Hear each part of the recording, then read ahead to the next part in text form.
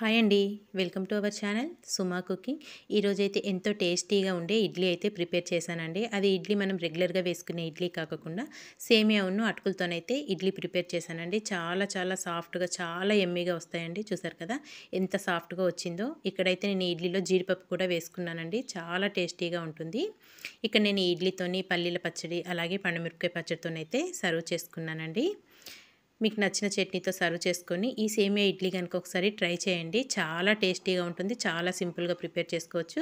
మనం రెగ్యులర్‌గా వేసే ఇడ్లీ కాకోకుండా ఇలా కూడా చేసి పెడుతుంటే ఇంట్లో వాళ్ళు కూడా చాలా ఇంట్రెస్ట్‌గా తింటారు కదండీ! కొత్త కొత్త వెరైటీస్ చేసి పెడుతుంటే.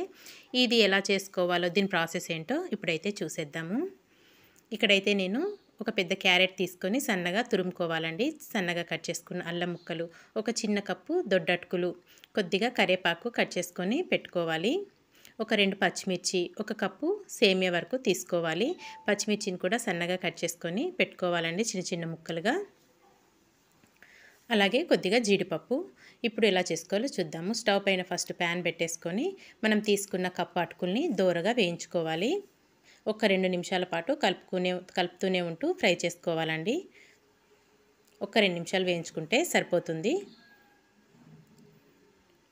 ఇక్కడ ఇలా ఈ అటుకుల్ని వేయించుకున్నాక వీటినైతే ఒక ప్లేట్లోకి తీసేసుకోవాలి. వీటిని ఒక 2 నిమిషాలు చల్లారబెట్టేసుకుందామండి అటుకుల్ని. తర్వాత ఇప్పుడు అదే ప్యాన్లో ఒక 2 టేబుల్ స్పూన్ల వరకు నెయ్యి వేసుకుందాము. ఈ ఇడ్లీ నెయ్యితో చేసుకుంటేనే టేస్టీగా ఉంటుందండి. నూనె బదులు నెయ్యితోనే ప్రిపేర్ చేసుకోండి. ఇలా నెయ్యి వేసుకొని ఈ నెయ్యి కొంచెం వేడవనిద్దాము. ఇలా నెయ్యి కొంచెం వేడయ్యాక దీంట్లో తాలింపు గింజలు వేసుకోవాలి. శనగపప్పు, ఆవాలు, జీలకర్ర, మినపప్పు వేసుకోవాలి. తర్వాత ఒక గుప్పెడు జీడిపప్పు, అలాగే సన్నగా కట్ చేసి పెట్టుకున్న పచ్చిమిర్చి ముక్కలు,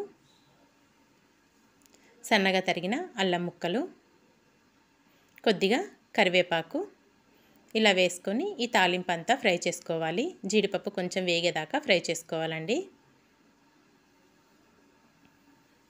చాలా సింపుల్గా ప్రిపేర్ చేసేసుకోవచ్చండి. టేస్ట్ కూడా చాలా బాగుంటుంది. ఇలా ఇది కొంచెం ఫ్రై అయ్యాక దీంట్లో మనం ముందుగా తీసుకున్నాం కదా కప్పు సేమియా వరకు, ఆ కప్పు సేమియాని దీంట్లో వేసేసుకోవాలి. ఇలా సేమియాని వేసేసుకొని ఈ సేమియా కూడా ఒక 3-4 నిమిషాలు చక్కగా దోరగా ఫ్రై చేసుకోవాలండి. చిన్న మంట మీద పెట్టుకొని ఇదంతా చక్కగా దోరగా ఫ్రై చేసుకోవాలి. ఎవరైనా ఫస్ట్ టైం నా ఛానల్ కనుక చూస్తుంటే కనుక ప్లీజ్ సబ్స్క్రైబ్ చేసుకోండి. అలాగే లైక్ చేయండి, షేర్ చేయండి. మా వీడియోస్ కనుక మీకు నచ్చితే మీ ఫ్రెండ్స్కి, రిలేటివ్స్కి షేర్ చేసేయండి ఫ్రెండ్స్. ఇదంతా చక్కగా ఇలా కలుపుతూనే ఉండాలి. చూసారు కదా, ఇలా వేగితే సరిపోతుందండి. ఒక 4 నిమిషాలు వేయించుకుంటే సరిపోతుంది మనకి. ఇక్కడ ఒక బౌల్లోకి ఒక కప్పు వరకు పెరుగు తీసుకోవాలి. ఈ లోపల మనకు వేయించుకున్న సేమియా కూడా చల్లారుతుందండి. ఒక కప్పు పెరుగు, అదే కప్పుతో కప్పున్నర వాటర్ యాడ్ చేసుకోవాలి. కప్పు పెరుగు, కప్పున్నర వాటర్ అయితే మనకి సేమియా ఇడ్లీకి అయితే కరెక్ట్గా సరిపోతాయి. ఇదంతా ఒకసారి కలిపేసుకుందాం. పెరుగు అనేది చక్కగా ఫ్రెష్గా ఉంటే ఇడ్లీలు కూడా చాలా టేస్టీగా ఉంటాయండి. తర్వాత మనం ముందుగా వేయించి పెట్టుకున్న అటుకుల్ని ఒకసారి నీట్గా కడిగేసుకోవాలి. శుభ్రంగా కడిగేసుకోవాలి ఈ అటుకుల్ని. ఇలా వేయించుకొని వేసుకోవడం వల్ల మనకి ఇడ్లీ అనేది కూడా చాలా టేస్టీగా వస్తుందండి. ఇలా కడుక్కున్న అటుకుల్ని వాటర్ తీసేసి ఈ పెరుగులో వేసేసుకోవాలి.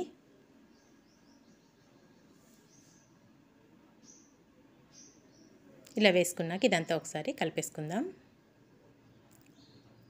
ఇప్పుడు దీంట్లో సన్నగా తురుముకున్న క్యారెట్, ఇలా క్యారెట్ కూడా వేసేసుకుని ఇదంతా ఒకసారి మిక్స్ చేసేసుకుందాం.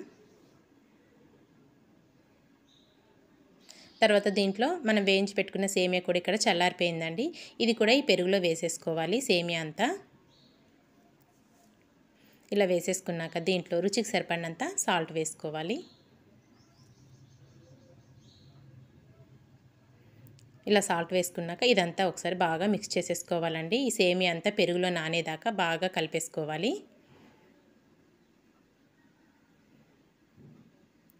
ఇలా బాగా కలిపేసుకున్నాక ఒక్క 15 నిమిషాలు పక్కన పెట్టుకుంటే మనకు సరిపోతుందండి. ఎక్కువ టైం కూడా పట్టదు మనకి. ఇది చక్కగా నానిపోతుంది. ఇలా అంతా కలుపుకొని ఒక ప్లేట్ వేసేసుకొని ఒక 15 నిమిషాలు పక్కన పెట్టేసుకుందాము. ఒక 15 నిమిషాల తర్వాత చూసుకుంటే చూసారు కదా, మనం వేసుకున్న వాటరు, పెరుగు అంతా చక్కగా సేమియా అనేది ఇంకిపోయిందండి సేమియాలోకి. చూసారు కదా, ఇలా చక్కగా ఇంకిపోవాలి.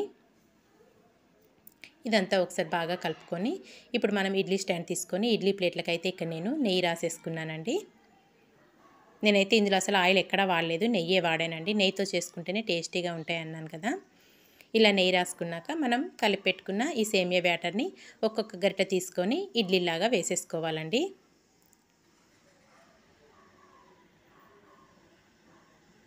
తప్పకుండా అయితే ఒకసారి ట్రై చేసి మీకు ఎలా వచ్చిందో నాకు కామెంట్ చేసేయండి. ఇలా అన్నీ ఇలాగే ఇడ్లీలాగా వేసేసుకోవాలండి. ఇక్కడ నేను తీసుకున్న కప్పు సేమియాకైతే 3 ప్లేట్ల దాకా అయినాయండి ఇడ్లీలు.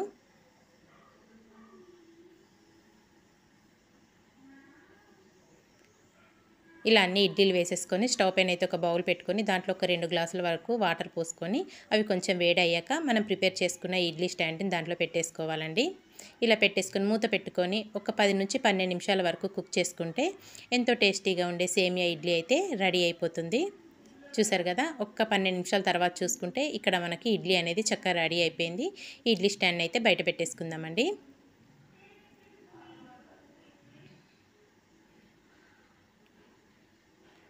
చాలా టేస్టీగా ఉంటాయి ఫ్రెండ్స్. ఇక్కడైతే నేను ఇడ్లీని ఒక ప్లేట్లోకి అయితే సర్వ్ చేసేసుకుంటున్నాను. చూసారు కదా, చాలా సింపుల్గా వచ్చేస్తాయి. ఇడ్లీ అనేది ప్లేట్కి కూడా అస్సలు అంటుకోదండి ఇడ్లీ. ఇంతే అండి, ఎంతో టేస్టీగా ఉండే సేమియా ఇడ్లీ అయితే రెడీ అయిపోయింది. తప్పకుండా మీరు కూడా ట్రై చేసి ఎలా వచ్చిందో నాకు కామెంట్ చేసేయండి ఫ్రెండ్స్. ఇలాంటి మంచి మంచి వీడియోస్ కోసం అయితే నా ఛానల్ని ప్లీజ్ లైక్ చేయండి, షేర్ చేయండి, సబ్స్క్రైబ్ చేసుకోండి. ఈ వీడియో కనుక మీకు నచ్చింది అనుకుంటే మీ ఫ్రెండ్స్కి, రిలేటివ్స్కి షేర్ చేయడం మాత్రం మర్చిపోకండి.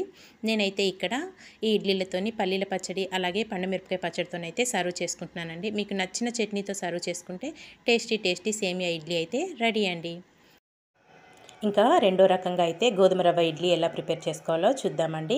మనకి ఇడ్లీ కోసం గోధుమ రవ్వ తీసుకోవాలి 1 కప్పు వరకు. గోధుమ రవ్వలో 2 రకాలు ఉంటాయండి. కొంచెం సన్నది ఉంటుంది, కొంచెం లావుగా ఉండే రవ్వ ఉంటుంది.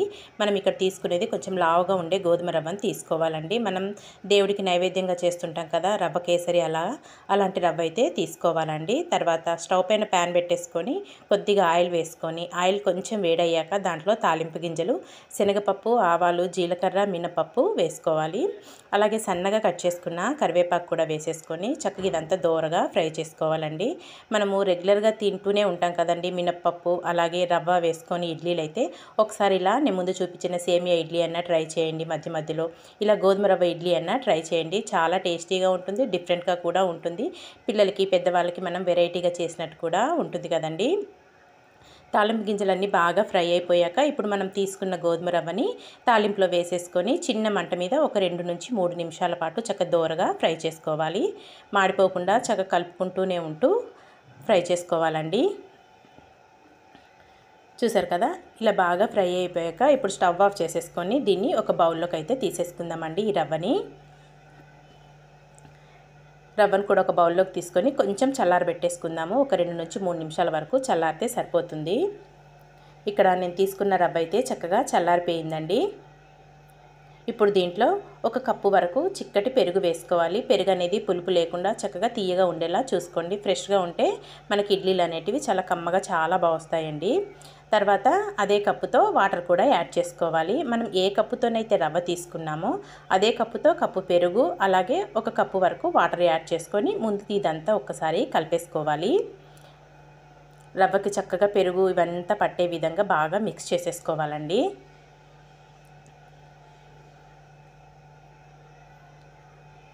చాలా సాఫ్ట్గా వస్తాయి ఇడ్లీలు, మటుకు చాలా బాగుంటాయండి. చూసారు కదా, ఇదంతా కలుపుకొని ఇప్పుడు దీంట్లో ఇంకొక హాఫ్ కప్పు వాటర్ యాడ్ చేసుకుందాము. కప్పు పెరుగు వేసుకున్నాము, కప్పున్నర వాటర్ యాడ్ చేసుకున్నాము. ఇంక ఇప్పుడు దీంట్లో రుచికి సరిపడినంత సాల్ట్ వేసేసుకోవాలి. అలాగే 1 పావు టీ స్పూను వంట సోడా. ఇదంతా ఒకసారి బాగా మిక్స్ చేసేసుకుందాము. తాలింపులోనే కావాలి అనుకుంటే చిన్న చిన్నగా ఒక పచ్చిమిర్చిని కూడా కట్ చేసుకొని వేసుకోవచ్చండి. ఇదంతా ఇలా బాగా మిక్స్ చేసేసుకొని ఒక 15 నిమిషాలు పక్కన పెట్టేసుకుందాము. ఒక 15 నిమిషాల తర్వాత అయితే చూపిస్తున్నాను. 15 నిమిషాల లోపల చక్కగా మనకి రవ్వ అనేది మనం వేసుకున్న పెరుగులో చక్కగా నానిపోయిందండి. చూసారు కదా, చక్కగా ఇలా సాఫ్ట్గా నానిపోవాలన్నమాట. ఒక 15 నిమిషాలు నానితే సరిపోతుందండి. మనకి ఎక్కువ టైం కూడా పట్టదు. చక్కగా మార్నింగ్ బ్రేక్ఫాస్ట్ టైంలో మనకి ఇడ్లీ పిండి లేకపోయినా, దోశ పిండి లేకపోయినా చక్కగా క్విక్గా కూడా అయిపోతుంది. ఇలా అయితే ఒక్కసారి ప్రిపేర్ చేసేయండి, చాలా బాగుంటుంది. ఇంక ఇదంతా కలుపుకొని పక్కన పెట్టేసుకున్నాక ఇప్పుడు ఇడ్లీ ప్లేట్లను తీసుకొని మీకు నచ్చితే నెయ్యి అయినా లేదంటే నూనె అయినా సరే ఇడ్లీ ప్లేట్లకైతే అప్లై చేసేసుకోవాలి. ఇక్కడ నేనైతే నెయ్యి రాసేసుకుంటున్నానండి. ఇలా నెయ్యి రాసేసుకొని మనం ప్రిపేర్ చేసుకున్న బ్యాటర్ని కొద్ది కొద్దిగా వేసేసుకోవాలి ఇడ్లీ ప్లేట్లలో.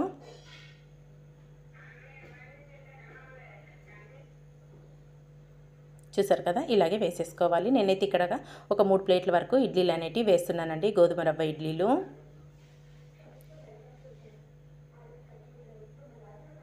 మనం ఇలా ఇడ్లీలు వేసుకునే ముందే స్టవ్ పైన అయితే ఒక బౌల్ పెట్టేసుకొని ఒక 2 గ్లాసుల వరకు వాటర్ పోసుకొని వాటర్ మరిగేటప్పుడు మనం చక్కగా ఇడ్లీ స్టాండ్ని ఆ గిన్నెలో పెట్టేసుకోవాలి. ఇక్కడైతే నేను స్టవ్ పైన అయితే గిన్నెలో వాటర్ పోసుకొని పెట్టేసుకున్నానండి. చక్కగా వాటర్ అయితే కాగుతున్నాయి. ఇంకా ఇడ్లీ స్టాండ్ని అయితే ఆ బౌల్లో పెట్టేసుకొని ఒక 10 నుంచి 12 నిమిషాల వరకు కుక్ చేసుకుంటే సరిపోతుందండి. చాలా చాలా టేస్టీగా సాఫ్ట్గా ఉండే గోధుమ రవ్వ ఇడ్లీ అయితే రెడీ అయిపోతుంది.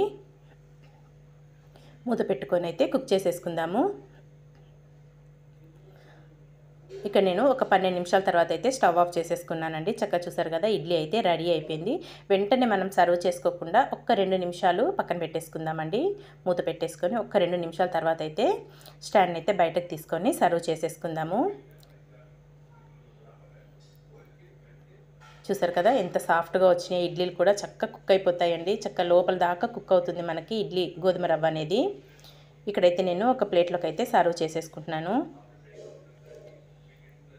ఇంతే అండి, చాలా సింపుల్గా గోధుమ రవ్వ ఇడ్లీ అయితే రెడీ అయిపోయింది కదా. ముందు చూపించిన సేమియా ఇడ్లీ అలాగే గోధుమ రవ్వ ఇడ్లీ కూడా చాలా చాలా టేస్టీగా ఉంటాయండి. మనకి ఇక్కడ ఈ గోధుమ రవ్వ ఇడ్లీతోని మీకు నచ్చిన చట్నీతోనైనా సర్వ్ చేసుకోవచ్చు, లేదంటే ఏదైనా కారపొడితోనైనా సర్వ్ చేసుకోవచ్చు అండి. ఇక్కడ నేనైతే నల్లగారంతోనైతే సర్వ్ చేసుకుంటున్నాను. ఎండుమిర్చి, ధనియాలు, పప్పులు అన్నీ వేసుకొని చేసుకున్న కారపొడి అండి. కొద్దిగా నెయ్యి వేసుకొని సర్వ్ చేసుకుంటే చాలా చాలా టేస్టీగా ఉండే గోధుమ రవ్వ ఇడ్లీ అయితే రెడీ అయిపోతుందండి. చాలా బాగుంటుంది. తప్పకుండా ముందు చూపించిన సేమియా ఇడ్లీ అలాగే ఈ గోధుమ రవ్వ ఇడ్లీ కూడా మీరు తప్పకుండా ట్రై చేసి మీకు ఎలా వచ్చిందో నాకు కామెంట్ చేసేయండి. ఇలాంటి మంచి మంచి వీడియోస్ కోసం అయితే నా ఛానల్ని వెంటనే సబ్స్క్రైబ్ చేసుకోండి. అలాగే